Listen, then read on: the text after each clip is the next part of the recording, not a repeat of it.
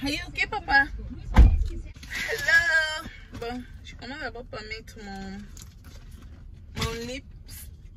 mon lipstick mat de Amour Amour. Donc, on va d'abord mettre.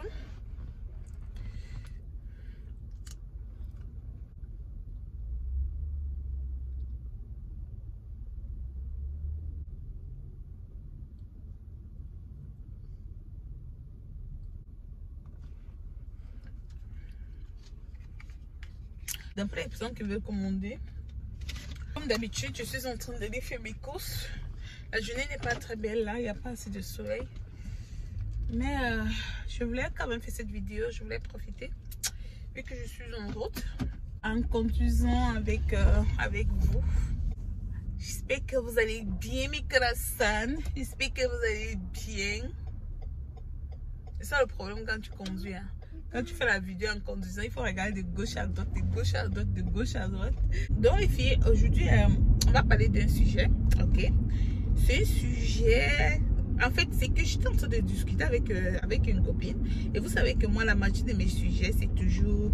Ça vient toujours d'une discussion ou d'une expérience. Et de toutes les façons, ça vient de quelque chose, ok? Alors là, du coup, j'ai discuté avec une amie et on discutait de quelque chose dont on n'était pas vraiment d'accord. Je lui donnais mon point de vue et elle me disait non amour, ce n'est pas ça, non, tu peux pas penser comme ça, non amour, non, non. Donc moi du coup je me suis dit ok, je vais partager ça avec vous et chacun d'entre vous va me dire ce qu'il pense, ok.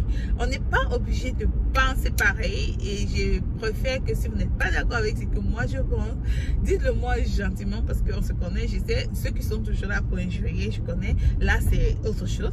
Mais si vous n'êtes pas d'accord avec ce que je dis, dites-le moi gentiment parce qu'on peut pas avoir tout le temps la même façon de voir la vie, ok.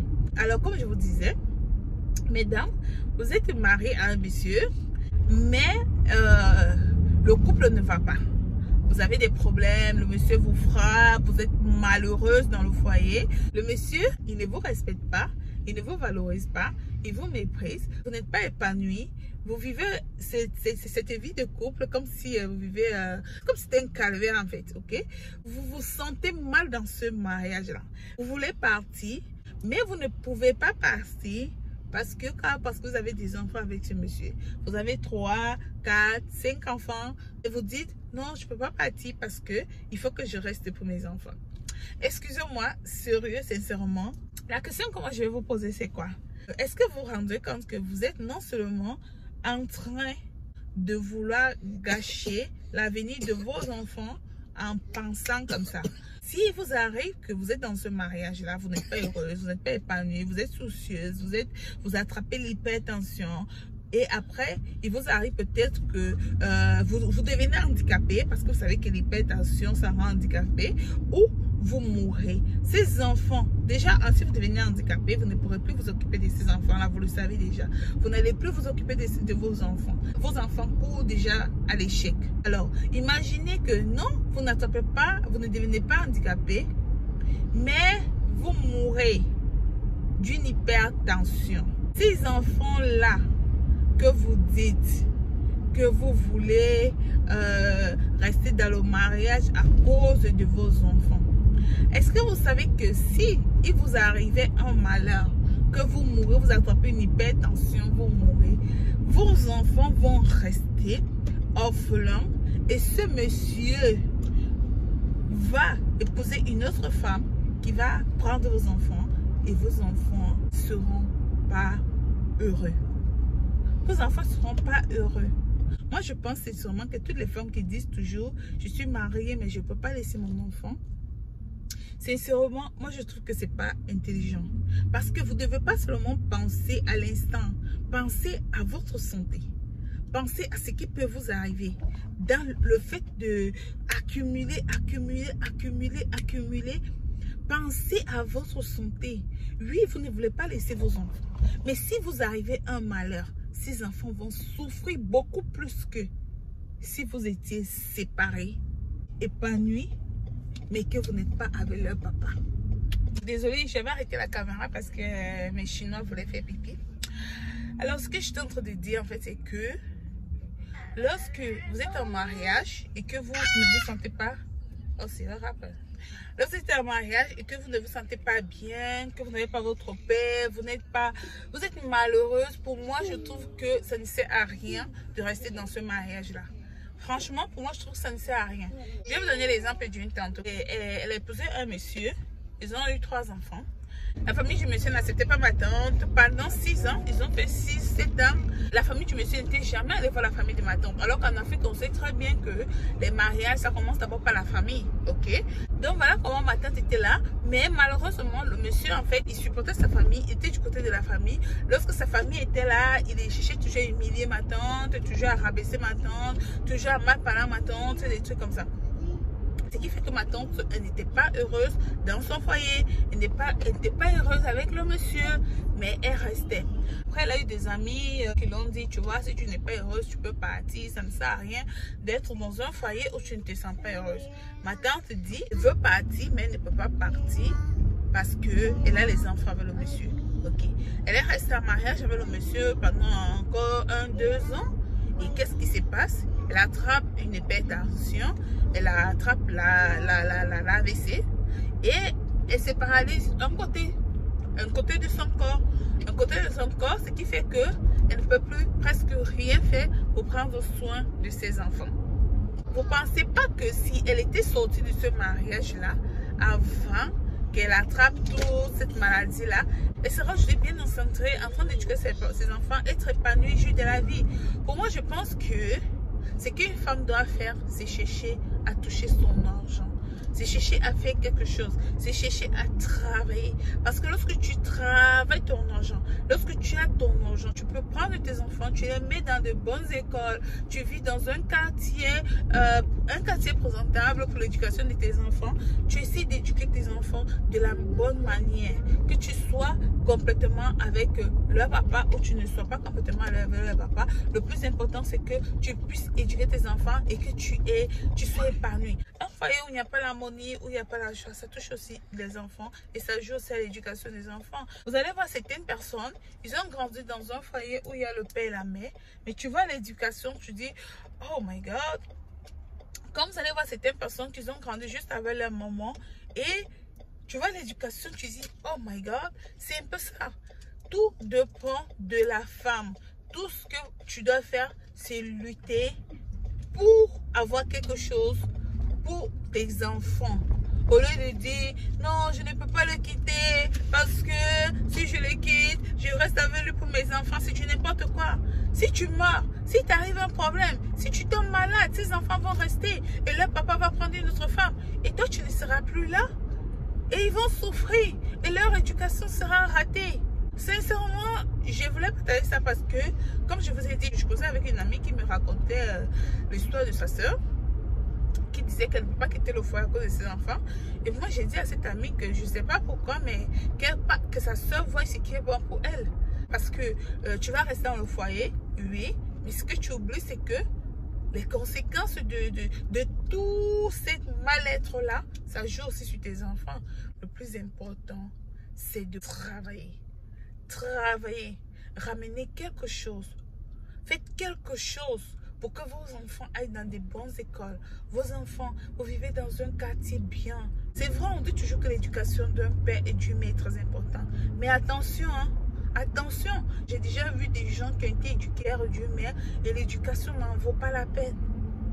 Par contre, tu vas voir aussi d'autres personnes qui ont été éduquées seulement par leur mère et tu vois l'éducation de la personne et tu dis waouh.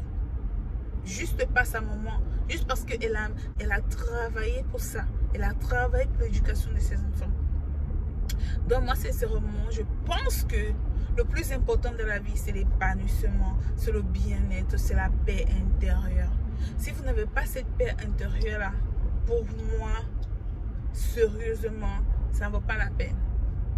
S'il n'y a pas cette paix, tu ne peux pas être dans un foyer où ton homme te méprise, ton homme ne te valorise pas, tu n'es pas respecté et tu te dis non, je vais faire pour tes enfants. Non, quand ça ne va pas, tu dégages. Quand ça ne va pas, tu dégages. Moi, j'ai toujours dit, je le dis toujours, dans la vie là, tu dois savoir ce que tu veux. Et quand ça ne te sert pas, tu dégages, tu jettes ça. Quand quelque chose t'empêche d'aller de l'avant, t'empêche d'évoluer, t'empêche de te sentir bien, mais tu dégages ça, tu dégages ça. Que ce soit un être humain, que ce soit le matériel, que ce soit un animal, n'importe quoi qui t'empêche d'avoir ta paix intérieure, tu dégages ça. Tu dégages. Essaye de voir ce qui est bon pour vous. Essaye de voir ce qui est bon pour vous. Quand quelque chose t'empêche, que ce soit ton mari, ta femme, ton frère, ta mère, ton père, ton enfant, t'empêche d'avoir ta paix, t'empêche d'aller, de t'épanouir, de faire ce que tu veux, tu dégages ça. Tu dégages. Pour moi, c'est comme ça que je pense. Je préfère, j'ai toujours dit, moi je préfère être seule. Être seule. Tant que j'ai ma paix intérieure, tant que je suis bien intérieurement, qui que tu sois qui veut m'empêcher d'avoir cette paix-là, moi je te dégage. C'est comme ça que moi je viens. Je te dégage. Qui que tu sois qui veut m'empêcher d'avoir cette paix intérieure que je veux, je recherche là, je te dégage. C'est la raison pour laquelle moi, je ne fais pas beaucoup de fréquentation. Pourquoi? Parce que trop de fréquentation apporte beaucoup de problèmes. Et pour moi, pour éviter ça, parce que même si tu évites des problèmes communs, quand tu as trop de fréquentation, ce qui est sûr, c'est que ça va toujours arriver. Alors moi, j'évite de voir trop de fréquentation, tout simplement parce que j'aime ma paix intérieure. Je te dégage, tranquille. Je pense à ma santé. Je pense à ma santé. Le fait d'être malheureuse, le fait d'être triste, ça joue sur toi. Ça joue sur ton bien-être. Ça joue à l'intérieur de toi. Et il faut penser à sa santé. Lorsque tu es en paix, lorsque tu es épanoui, c'est vrai qu'on ne peut pas tout avoir dans la vie là. On doit avoir le nécessaire pour se sentir bien. C'est le plus important. Dans mes créations, c'est un peu ça que je voulais partager avec vous aujourd'hui, pendant que je fais mes courses. Si vous êtes dans ce genre de relation où vous ne vous sentez pas bien, n'ayez pas peur de recommencer. N'ayez pas peur de recommencer. Parce que lorsque l'homme d'abord il constate que tu es une femme qui a peur de recommencer, sois sûr qu'il va chier sur ta tête. Lorsqu'un homme il se rend compte que tu es une femme qui a peur de commencer à affronter de nouveau, il va chier sur ta tête. N'ayez pas peur de recommencer. Ça ne va pas, tu dégages, tu mets de côté. Il n'y a qu'une vie, il n'y a pas deux vies. Tu ne vas pas vivre une autre vie après celle que tu vis aujourd'hui. Pourquoi tu acceptes de vivre ce genre de vie où tu te sens mal, tu n'as pas ta paix intérieure, tu es pleine d'angoisse, tu es rempli de tristesse, mais tu es dans ce mariage parce que selon toi, tu restes pour les enfants. Est-ce que tu sais que ces enfants-là peuvent rester orphelins? Ces enfants-là, à cause de toi, peuvent rater leur vie. Ces enfants-là, à cause de toi. Vous ne vous faites pas mal à vous, mais vous faites mal aux enfants-là. Parce que demain, il vous arrive un problème. C'est ces mêmes enfants-là qui vont souffrir. Alors, pourquoi ne pas sortir de là? Commencez de nouveau. Vous épanouir. Cherchez à faire épanouir vos enfants. Parce que si vous êtes épanouis, vos enfants aussi sont épanouis. Lorsqu'il y a la joie dans la maison, les enfants aussi sont en joie. C'est pareil que lorsqu'il y a la tristesse dans la maison, les enfants aussi sont tristes. Les enfants sont tristes. C'est tout. Et là, vous allez vivre dans la tristesse tous les jours, dans la tristesse et dire, c'est vrai pour mes enfants. Je faisais... Arrêtez un peu. Arrêtez. Donc, mes cousins, c'est un peu ça que je voulais partager avec vous aujourd'hui. C'est... mon point de vue, on n'est pas obligé de penser pareil. Hein. Chacun est libre de penser comme il veut. Ça, je vous donne mon point de vue, je vous donne ma pensée. Le plus important, c'est le bien, c'est son bien-être. Le plus important, c'est sa paix intérieure.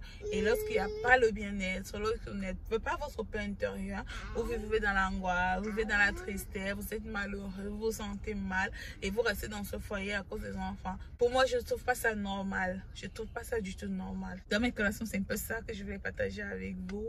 Et on va finir par une petite publicité. Des personnes qui veulent des rouges à lèvres ou des cheveux, contactez-moi. Je mets que le numéro, je mets que mon numéro WhatsApp là sur les commentaires. Et voilà. Donc voilà, c'est tout. On se retrouve à la prochaine vidéo que je ferai très bientôt. Je vous fais bisous. Bye.